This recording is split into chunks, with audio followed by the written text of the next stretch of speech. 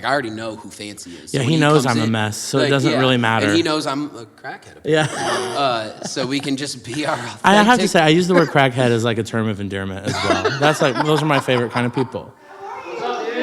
What's good? Hello, brother. How are you? Hi, I'm Fancy Hagood. And I'm Joey Hyde. This is our song, Isn't That Life? We wrote this spring, and we'll play it for you now. Hope you all like it. One.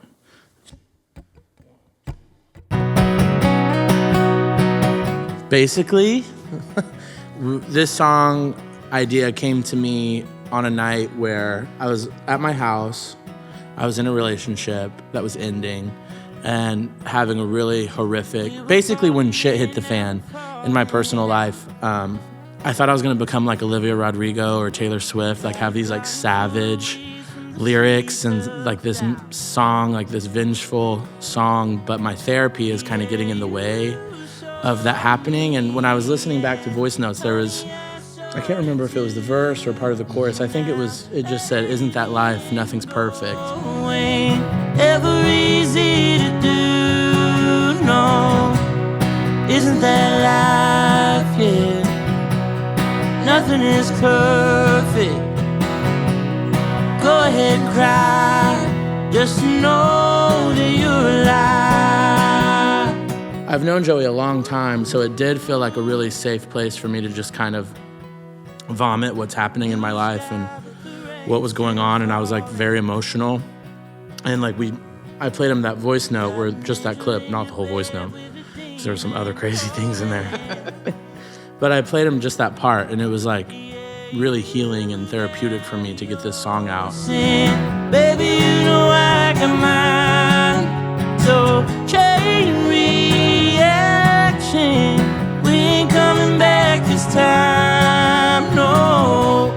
Isn't that life, yeah. You know, I do that to my co-writers too. If something's going on in my life, it's something that we all kind of understand about the job is like, yeah, we're trying to write a song, we're trying to make music, but also we're really emotional creatures by nature, and we're pretty vulnerable at the core, and part of what we do is opening up. So if that comes with, you know, heartbreak and hurt, or it comes with excitement and joy, like that's just what the day is. Oh, baby, I'm a mess, 'cause these tears keep falling. I'm wishing you the best, hope you're happier now. It's heavy on my chest, 'cause I loved you, darling. I'm 2 steps up, and I'm right back down. My lover, teacher, friend of me. Oh, sometimes even my enemy. This love was everything, but it wasn't right. Sometimes you gotta know when to say goodbye. I had a song called Goodbye. It was my first and only so far top 40 hit. And so yeah, anytime I use the word goodbye in a song now, it's a little bit of a nod. Yeah, which actually this is the first song since then that has gone to radio, so that's funny. It's been like really healing, the whole process of writing, and that day was no exception. It's just kind of like, also I'm just grateful to have been in Nashville for as long as I've been here, to be able to build relationships with other writers and artists where you feel safe enough to just walk in and like lose it, you know? It's like not an easy thing to do, and it's like there's some rooms where I would never have allowed myself to go there. Just like the day we wrote it. It's exactly 100%. Joey, that's all. I'm kidding. That'll be all. Thank you, Joey. Thank you. I love you too. Thanks for sharing how awesome it is working with me. It was a pleasure for you to be here.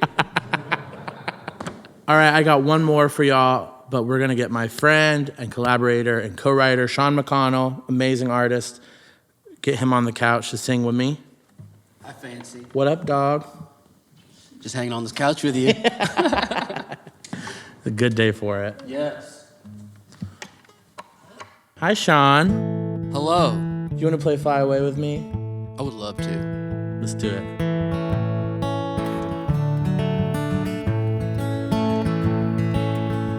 You were scared as hell to take the highway. You barely knew how to drive. friend of my mom's was riding in the car with me, and I was driving, and she was like, just jump on the highway, it's like quicker. And I was like terrified because I really truly had never done it, and we were like trying to like merge onto the highway, and I was so scared that I covered my eyes. I was like freaked me out, and I like came to a complete stop and just like covered my eyes. I did not like driving. You run into non-believers who will try to clip your wings. Telling your story in a song can feel really vulnerable and like kind of narcissistic if you're not doing it with the right spirit. Right. The older you get, the more you will care less and less about other people's opinions of you.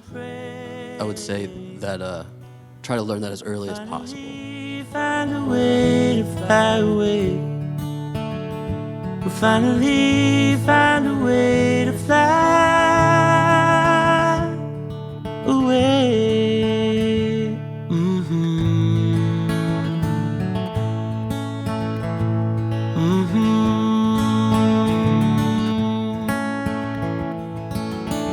You'll almost make it on the first try. They'll play you on the radio. You'll even make it on the late night. But then watch it all go up in smoke. Yeah, I think about 17-year-old Fancy a lot. Like, it's humbling to think about that person because it changes your thought process of like, it's easy to like, just coming off of a tour where some nights you're playing to like 20, 30 people. And my ego now is like, this sucks. But then I think about 17-year-old Fancy who would be like chomping at the bit to play for 10 people in a room. He would love it. He would love to do that. And it changes my perspective.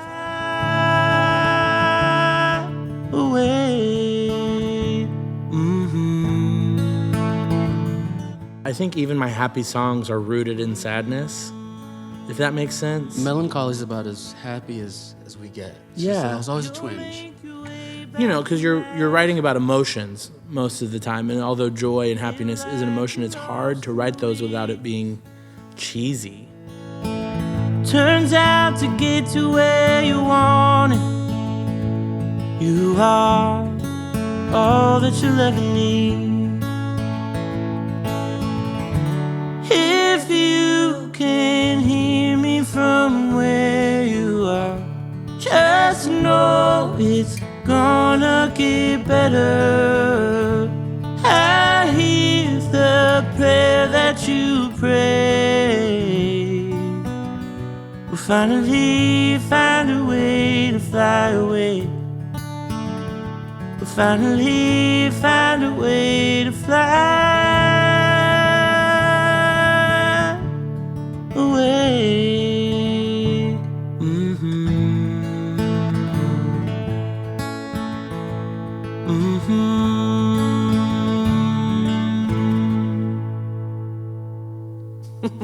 That was cool. That felt good. It felt real good. Yeah. Being able to tell that kid who was brave enough to believe in himself that you do find a way, you do fly away at some point. You're going to find a place where people not only believe in you, but find ways to help you and like see your dream kind of like take flight. It's really amazing. And I'm glad that I have that now, but I wish I could have told that kid. I think he knew he would, but he didn't have it then. And so the fact that I have it now, talking about flying away and all of that just felt really, really poignant to have in the song. Sean, thank you so much for being here with me. You truly are one of my favorite artists, favorite collaborators, and you have an album coming out soon, so. You're going to use this time to talk about my album coming out in February? How nice of you. Yes, of course I am. You're a gent. You're one of my favorites as well. I'm not just returning the favor. You're the best. Thank you for tuning in to my episode of Nashville Night Sessions. Night, Nashville.